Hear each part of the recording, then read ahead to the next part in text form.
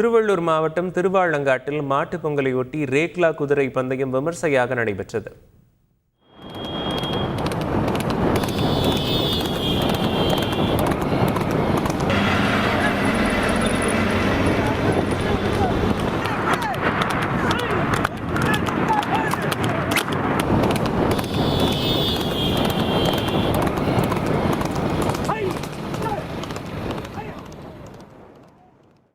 காரைக்காலில் கார்னிவல் படகு போட்டி கோலாகலமாக நடைபெற்றது. பொங்கலை முன்னிட்டு காரைக்காலில் சுற்றுலாத்துறை மற்றும் மாவட்ட நிர்வாகம் சார்பாக கார்னிவல் திருவிழா கடந்த 3 நாட்களாக நடைபெற்று வந்தது.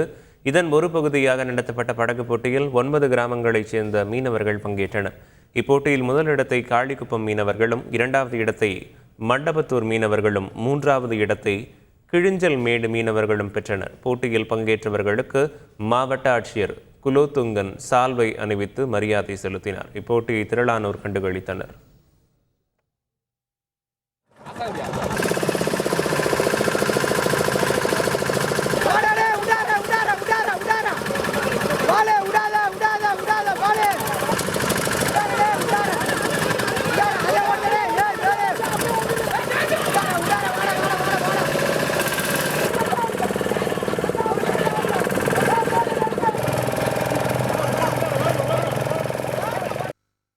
ஸ்ரீகாளஹஸ்தியில் கைலாசகிரி பிரதோக்ஷண விழா கோலாகலமாக நடைபெற்றது. முன்னதாக அலங்கார மண்டபத்தில் எழுந்தருளிய உற்சவமூர்த்திகளுக்கு தூபதீப நைவேத்தியம் செய்யப்பட்டது.